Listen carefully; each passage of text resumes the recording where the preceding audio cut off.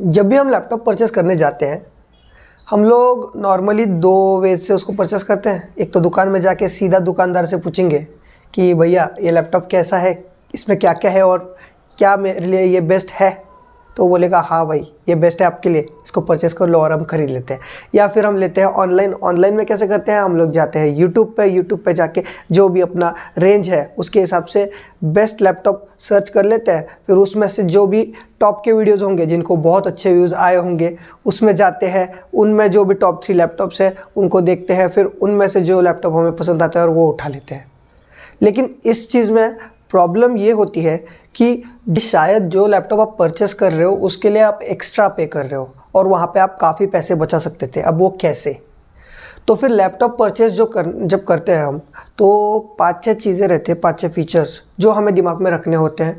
उन फीचर्स के हिसाब से जो लैपटॉप हमारा रेंज में है उनको अगर हम सिलेक्ट करेंगे तो फिर हम काफ़ी पैसे बचा सकते हैं और हमारे लिए बेस्ट लैपटॉप हमारे बजट में सिलेक्ट कर सकते हैं, वो भी बहुत सारे फीचर्स के साथ। अब वो कैसे, तो फिर देखते हैं आगे। तो फिर सबसे पहले आपको आपके दिमाग में रखनी है 2 चीज़ें। आपका बजट क्या है और दूसरा आपका रीज़न क्या है लैपटॉप परचेस करने का।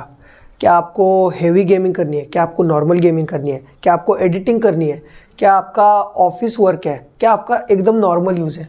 ये सबको आपको दिमाग में रखना है और फिर आगे जाना है। उसके बाद आपको देखना है प्रोसेसर। अब प्रोसेसर क्या होता है, अगर प्रोसेसर को सिंपल भाषा में मैं समझाने की कोशिश करूं तो फिर जो हमारी गाड़ी रहती है उस गाड़ी में जो इंजन रहता है उसको हम, जिससे वो गाड़ी चलती है उसको हम कहेंगे प्रोसेसर, क्योंकि लैपटॉप प्रोसेसर से ही चलता है। तो फिर प्रोसेसर 2 टाइप्स के होते हैं, इंटेल और एडीएम। अब इन दोनों में आते हैं अपने वर्जन्स। इंटेल में आता है i3, i5, i7, i9 etcetera etcetera, और वैसे ही एडीएम में होता है राइजन का प्रोसेसर जो कि होता है राइजन 3, राइजन 5, राइजन 7, राइजन 9। अब ये दोनों कंपनीज़ का काम सिमिलर है और उनके प्रोसेसर के वर्जन्स भी सिमिलर है। बस फ़र्क इतना ही है कि इंटेल थोड़ा प्रीमियम चार्ज करता है तो वो महंगा पड़ता है और राइजन चीप होता है। दोनों ही काफ़ी अच्छे प्रोसेसर्स हैं। नॉर्मल से मीडियम यूज़ में कोई भी प्रोसेसर चूज़ कर लो, कोई प्रॉब्लम नहीं होगा। लेकिन अगर आपका बहुत हेवी यूसेज है तो फिर आप इंटेल की तरफ जा सकते हैं। उसके बाद अब आपको देखना है इन प्रोसेसर्स में कोर्स क्या होते हैं। कोर्स को अगर मैं सिंपल एग्जांपल में समझाने की कोशिश करूं तो एक इंसान है, उसके पास हाथ होते हैं 2। तो अगर इंसान के पास 4 हाथ हो गए, 6 हाथ हो गए तो फिर वो और बेहतर काम कर सकता है। वैसे ही लैपटॉप में कोर्स का काम होता है। उसके बाद अब हमें देखना है रैम के बारे में। रैम मतलब होता है रैंडम एक्सेस मेमोरी। जो भी ऐप्स आप क्लोज़ कर रहे हो या ओपन कर रहे हो ये सब स्टोर होता है रैम में। तो अब इन तीनों चीज़ों को कंपेयर किया, अगर हम लैपटॉप का वर्जन, उसमें कोर्स और रैम, तो फिर हम एक डिसाइड कर सकते हैं कि बेहतर प्रोसेसर अपने बजट के हिसाब से क्या होगा। i3 में अगर हमने देखा लैपटॉप पड़ता है 20 to 30K में, जो कि काफ़ी ओल्ड हो चुका है, अब ना ही कंसिडर करें तो बेहतर रहेगा। लेकिन i3 में आते हैं मिनिमम i3 में रैम होनी चाहिए 4 GB की और डुअल कोर होता है। अगर i5 की बात करें तो फिर i5 में डुअल से क्वाड कोर प्रोसेसर होता है और उसमें मिनिमम रैम 8 GB की होनी चाहिए। तो रैम जैसे वर्जन बढ़ रहा है, i3, i5, i7, i9, i12, i13, ये सब वर्जन जैसे जैसे बढ़ रहे हैं वैसे थोड़ी थोड़ी रैम आप ज़्यादा ले सकते हो, जिससे लैपटॉप काफ़ी स्मूथली चलेगा। और बाकी एडिशनल रैम भी हम परचेस करके लैपटॉप में ऐड कर सकते हैं, वो भी फीचर लैपटॉप में होता है। उसके बाद लैपटॉप में इम्पोर्टेंट होता है ग्राफिक्स कार्ड। ग्राफिक्स कार्ड का यूज़ क्या है, ग्राफिक्स कार्ड से आप गेम्स खेल सकते हैं और एडिटिंग में भी यूज़ होता है।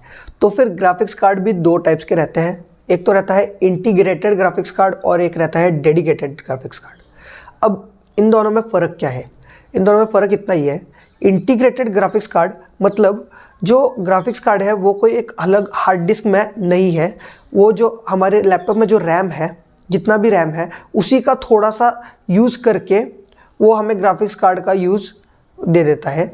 और डेडिकेटेड ग्राफिक्स कार्ड में फ़र्क ये है कि एक अलग से हार्ड डिस्क और स्टोरेज जो ग्राफिक्स कार्ड की है वो उसमें स्टोर होती है। तो इंटीग्रेटेड ग्राफिक्स कार्ड से लैपटॉप नॉर्मली हीट हो जाता है क्योंकि जो रैम लैपटॉप में है उसी का आधा यूज़ वो कर रहा है, और डेडिकेटेड ग्राफिक्स कार्ड मतलब एक अलग स्लॉट। तो ये दो चीज़ें आपको देख के लैपटॉप ख़रीदना है। उसके बाद लास्टली हमें देखना है SSD या HDD। SSD मतलब सॉलिड स्टेट ड्राइव और HDD मतलब हार्ड डिस्क ड्राइव। अब HDD जो होती है वो थोड़ी स्लो है क्योंकि वो एक अलग से हार्ड डिस्क लगी हुई है, और SSD काफ़ी फास्ट होती है क्योंकि वो लैपटॉप के अंदर ही स्पीड देती है।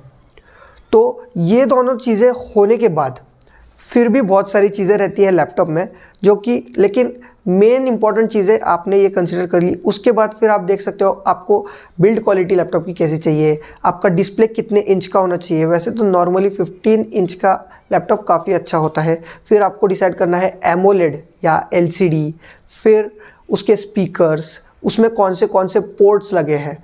ये सब डिसाइड करने के बाद आप एक अच्छा लैपटॉप आपके लिए परचेस कर सकते हो। थोड़ी सी रिसर्च करनी पड़ेगी, लेकिन काफ़ी आपके पैसे बच सकते हैं और आपको एक अच्छा सा लैपटॉप आपके लिए मिल सकता है बहुत सारे फीचर्स के साथ। तो आज के वीडियो में इतना ही रखते हैं। उम्मीद करता हूँ कि आपको वीडियो पसंद आई होगी। अगर वीडियो पसंद आई होगी तो फिर वीडियो को लाइक शेयर सब्सक्राइब ज़रूर करना। अगर मेरे लिए कोई भी सजेशन या फिर कोई भी एडवाइस, नेक्स्ट वीडियो एडवाइस कुछ भी हो तो फिर आप उसको कमेंट्स में लिख सकते हैं। ऐसे ही वीडियो मैं आगे भी आपके लिए लाते रहूँगा। मिलते हैं अगली वीडियो में। बाय।